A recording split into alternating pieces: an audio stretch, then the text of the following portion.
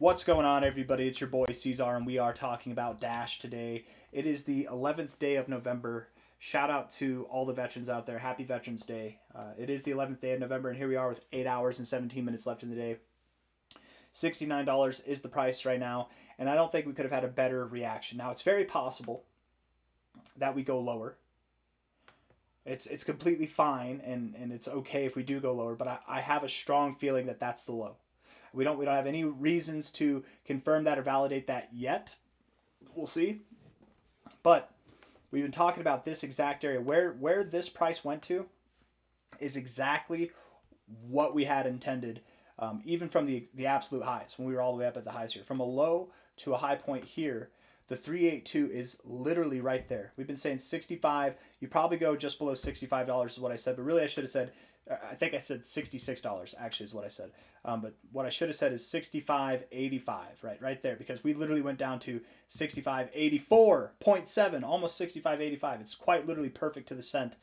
And what you want to see, now it's not necessarily what you want to see, but what you typically do see in these very powerful movements up is support at the 382 if you're going to continue moving higher. Now you could move lower and we still could move higher, but typically in these very powerful movements you don't really go past the 382. You find support there and then you continue to move higher. I'm assuming with the look that Dash has right now in the weekly time frame, there's not going to be too much interest right here, but really there should be a lot of interest. There should be a lot of interest in buying here, because while most people were probably buying the top, right, and they're probably panic selling now, this is a perfect area where we found resistance before here. We found resistance before back here. It's a perfect area to buy. And we're at the 382 to bounce. It's perfect. It's literally perfect. So I am calling for the low.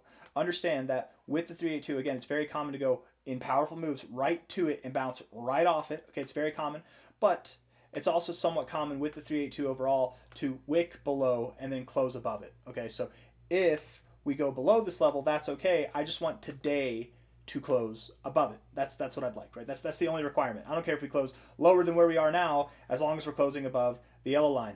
If we close below the yellow line, then tomorrow we need, it's not a matter of want, it's a matter of necessity. We need to close above the yellow line, right? If we close below it today, barely, we need tomorrow to close above it a lot, right? I don't think it's going to happen. Let's look at the 1 hour time frame and then we'll zoom out from there. 1 hour time frame here, and maybe we'll use some volume, a chart with volume on it, Coinbase. Right? Notice how you're moving down here, volume's picking up. Right? We moved up, there's some volume, you're moving down here, and now there's just a decay in volume. Volume's not here.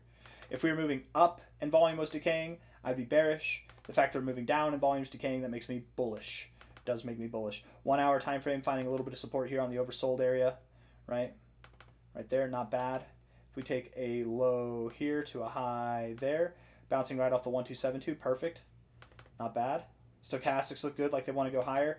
The MACD does have bullish divergence. Yes, technically. Oh, so slightly, but yes, it's there. Bullish divergence would lead me to believe that we do move higher. Stochastics lead me to believe that we move higher. There's not really any signals on the RSI that lead me to believe that we're moving higher, other than the fact that we do have a lower low, lower high kind of trend, and if we break this, that could be a signal that we are ready to move higher as well. And I guess, we do have higher lows here, but I wouldn't call that bullish divergence, actually. Looking at the 4 hour time frame, we do have bullish divergence on the RSI, double bullish divergence, low here, higher low, bouncing right off the oversold zone, might I add. Anytime that you've done that recently, it's been really good for you, hasn't it? Bouncing right off this oversold area. All right, let's just see. Right at a low point there, right at a low point there, right at a low point there as well.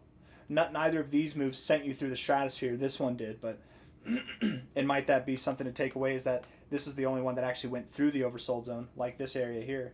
I don't know. I just think that we could see some rapid recovery here, you guys, very, very soon. We had a little 1, 2, 3, 4, 5-legged move down. I'm kind of curious, where did we stop off here? Low to high. Kind of an odd area, but whatever. I'm not worried about it. It's not a big deal. Again, we could, if we go lower, maybe $64, maybe something just below $60, maybe. But I doubt that we move down too much if we go lower from here. It's okay to go lower than this low. It's just ideally we want to close above the 382, which is above this line here. As long as we're closing above 65.5 cents, I think that we're fine. 65, I think it's 65.8 cents really. $65, I'm sorry, $65.80, $65.8. That's what I meant to say. Bullish divergence on the RSI suggests that we move higher. You don't get bullish divergence until you have a green candle close. We got 12 minutes left. I bet we get this green candle to close here, and that doesn't call for this to be the low. That only calls for a move that is above, technically above $78, right? And I do think that we're going to see that. I'm very confident that we'll see that. Stochastics look like they're ready to go, but no bullish implications there yet. Maybe just some bullish divergence. The MACD does not have bullish divergence, but overall, I mean, you look like you're ready to revert back to the upside. You've been red for a very long time. Now, that doesn't mean that you have to be green here, but I just, again, looking at this for what it is, we don't really get red stints that last this long. Like, this has been a very long red stint on the MACD, dating back to June even. And I'm not talking about how deep it is. I'm talking about how wide it is. We don't typically see this long. I mean, this is the longest stint that we've had, really, probably since April of this year. And you guys remember April? You remember what happened in April? Yeah, that was a low point. That was a low point for the whole market. So I do believe that we're going to recover and move higher. Looking at the daily time frame, looking at these indicators here, right at a perfect area. Prior resistance there for support. It's perfect. It's literally beautiful. The RSI, if we're looking at the daily RSI, we do have lower lows, but we have higher lows in the price. It's hidden bullish divergence. We have lower lows in the indicator, but higher lows in the price. It's hidden bullish divergence. Stochastics, they're low enough to be reset, though technically I would like to see you get into the oversold zone. You don't need to, but it would look better. You don't typically bounce from here. Typically, being the keyword, typically you don't bounce from here. Although you could. You never know. The MACD, so the stochastics, the RSI, everything else is suggesting that we move up from here, but the stochastics is the one thing that makes me think over the coming day or two, the next couple of days, we could move a little bit lower. So just be open-minded to that, okay? It doesn't mean that we're in the depths, doesn't mean that Dash is done, doesn't mean that we're not going to see higher prices inevitably, but maybe we do have a little bit lower to go first. I'm sticking with my call because it's a perfect call, right? I think that this is literally the area that we're going to find support right there, like quite literally right there. It's perfect. The MACD overall is bullish. I got nothing negative to say on this. I mean, what, you're crossed red? Who cares, right? You were crossed red here. Was that a time to sell? No, that's probably the best time to buy, right? I'm not worried about it. And just because we're looking for a bounce, or just because we're looking to find support here, doesn't mean that we're moving up immediately. Maybe we consolidate and then we move up, right? But still, likely we are done with this move down. So it is time, I think it's appropriate to start thinking about the move up. Perhaps we consolidate a little bit, we form some higher lows, get like an ascending triangle going on. I don't know how it looks, and then end of month comes along and we're rallying. I don't know how it looks, but at the very least, or at the very earliest, we might get a V-shaped recovery, but at the very least, I would think that we see some consolidation before moving higher, okay? Talking about moving higher, Dash, because you will be moving higher soon. We take last cycle's high to this cycle's low, and again, in April here, where were we?